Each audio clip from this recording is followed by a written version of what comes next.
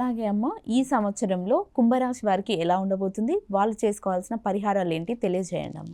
కుంభరాశి వాళ్ళకి ఆదాయం 8, వ్యయం 14, రాజపూజ్యం 7, అవమానం 5. కాబట్టి వీళ్ళకి కుంభరాశి వాళ్ళకి ఏంటంటే ప్రస్తుత పరిస్థితిలో రేపు మే దాకా నడిచే టైంలో కూడా గృహాలకి వాహనాలకి సంబంధించిన విషయాల మీద ఎక్కువ దృష్టి సారిస్తారు.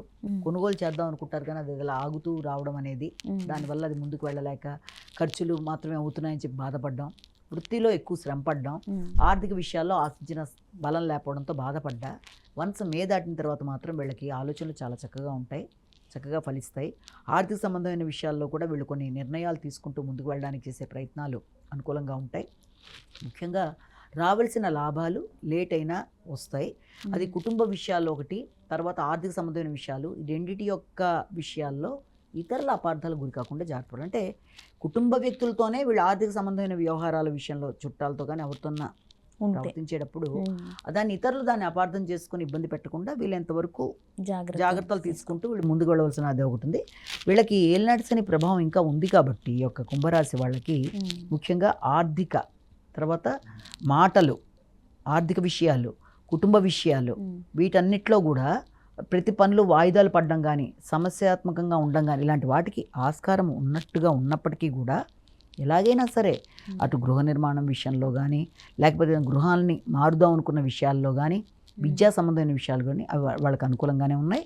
అలాగే దాంతోపాటుగా ముఖ్యంగా వీళ్ళకి ఆకస్మికమైన ఖర్చులైనా వాటికి ఒక లెక్క అనేది ఏర్పడుతుంది. అంటే ఇప్పటిదాకా అనవసర ఖర్చులే తప్ప దీన్ని లెక్కాపరంగా వాళ్ళు చేసుకుంటూ ముందుకెడతారు. రావాల్సిన లాభాలు మాత్రం కొంత సమయానికి ధనం అందకపోవడం వల్ల కొంత ఇబ్బంది అనేది ఏర్పడ్డా దాన్ని అధిగమించగలుగుతారు వీళ్ళు స్వయం శక్తితో. ముఖ్యంగా ఈ రాహుకేతువుల వల్ల మాత్రం మాట్లాడేటప్పుడు చాలా జాగ్రత్తగా ఉండాలి. ఫస్ట్ హాఫ్లో మే దాటిన దగ్గర నుంచి మాత్రం మీకు ఏంటంటే మీ మీద మీకు నాయకత్వ లక్షణాలు, చేద్దాం అనుకుంటున్న కార్యక్రమాల్లో ఖచ్చితంగా కొన్ని నిర్ణయాలు తీసుకుని ఎలాగన్నా చేయాలనుకోవడం, సరిగ్గా ప్లాన్ చేసుకుంటూ ముందుకు వెళ్ళడానికి మీరు చేసే కార్యక్రమాలు, ఇవన్నీ కూడా చాలా వరకు అనుకూలంగా ఉంటూ ముందుకెడతాయి. ముఖ్యంగా రేపు అక్టోబర్ టు డిసెంబర్ మధ్య టైంలో ఎక్కువ వీళ్ళ ఫోకస్ వృత్తికి సంబంధించిన విషయాల్లో ఎక్కువ ఫోకస్ చేస్తూ ముందుకెడతారు. ఆ సమయంలో వాళ్ళు ఉన్న వృత్తిలో కానీ నూతన వృత్తులకు కానీ అవకాశాలు అనేవి కొంత అధిక శాతంలో మనం ఎక్స్పెక్ట్ చేయొచ్చు. ఏది ఏమైనప్పటికీ ఇతరులతో అంటే వాగ్వాదాలకి లోను కాకుండా, అపార్థాలకు గురి కాకుండా జాగ్రత్త తీసుకోవాలి. రావాల్సిన లాభాలు ఆలస్యంగానైనా అందుతాయి కనుక ఆ విషయంలో ఘర్షణకి కొంత దూరంగా ఉండాలి. ప్రతి ఖర్చుకి కూడా కొంత లెక్క అనేది ఏర్పడడం, ఆర్థిక లాభాల కొరకు మీరు చేసే ప్రయత్నాల వల్ల అపవాదులకు గురి కాకుండా జాగ్రత్తలు పడుతూ ముందుకు వెళ్ళాలి.